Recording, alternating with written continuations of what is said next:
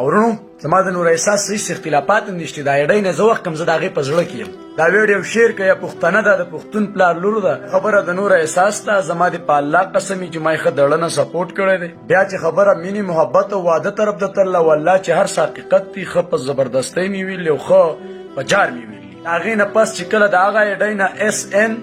په کومه شپه ولیکلی شو شیر شو په هغه ورځ بیا دغه دشمن زما تللی دی کوم دشمن زما لاول زما کور ته چکله ویلي زما ښکاره دشمن دی ولې چې د چا څه زه مینه کومه زما عزت شو که نه علم دی ما په جار باندې وویل چې زه داسې د ښځې زوی نه یم چې د هغې اختلافات وکړي اختلافات یې ونه کړو سیاست یې راسه وکړو خو زه خلکو ته دا ویم چې هغې زما مینه کړله پښتنه ده کومه خبرې تاسو زما په سر باندې هغې ته کړي ما ته به یې کوي انشاءالله او د ټولو پښتنو ته به زه شیر کوم زما د دیر د خاورې د موجوده په سوات کې اوسېږي د کابل زما په طاهر خان پسې ویډیو کړله ډېرو خلکو به وایي چې څه حساب دی ما د طاهر خان دشمنان معلومول چې څوک دي داسې دشمنان دي چې طاهر خان ته وایي ته زموږ ورور یې موږ په تا باندې فخر کوو موږ په تا ملاتړ کوو هغو زما سره رابطه وکړه وایي د نر پلار زویه چینل یې چلی پیجونه چلی طاهر خان لالا زما لالا دی صحیح ده لالا زه ورته سلوټ کوم خو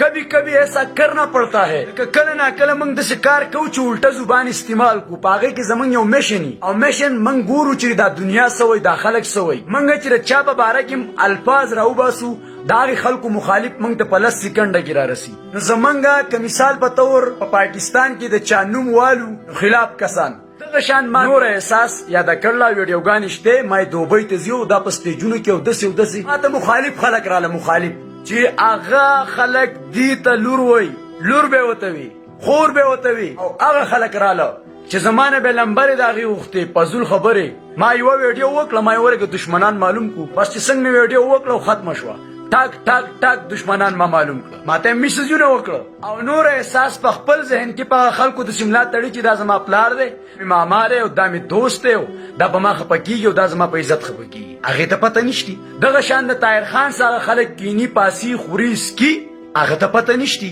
لالا موږ یو ټکی یادو که نه چې اس ان والله چې دا بس دغه مخامخ یې لیکلی دی چې همدغه شی دی زه ترې وروسته کېږم نه که موږ واده کوو او که نه کوو زه د هغې څه ولاړ یم که موږ محبت کوو او که نه کوو زه د هغې څه ولاړ یم پښتنو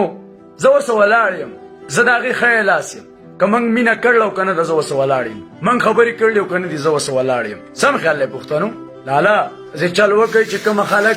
ما قمقل ګڼي زه ګوره قمقل نه یم والله موږ کجوري خورو خو د دماغو دپاره چې دماغ مضبوط وي کجوري خورو پوه شوئ موږ د هر هغه سړي سافټویر د ملتونو د حساب اپډیټ کوو ګورئ چې دا دنیا څه وایي دا پیغام زما خلکو ته دی بقایا د نور احساس خبره ده غلطي د انسان نه کېږي هېڅ مشکله نشته دوبۍ ته ځي شیر له ځي زما ورته اجازت دی زما مینه ده زما عزت دی زه بې علم چې کوم کسان زما مخالف دي ما ورته وخو هغه خلکو څه به نه ځي انشاءالله تله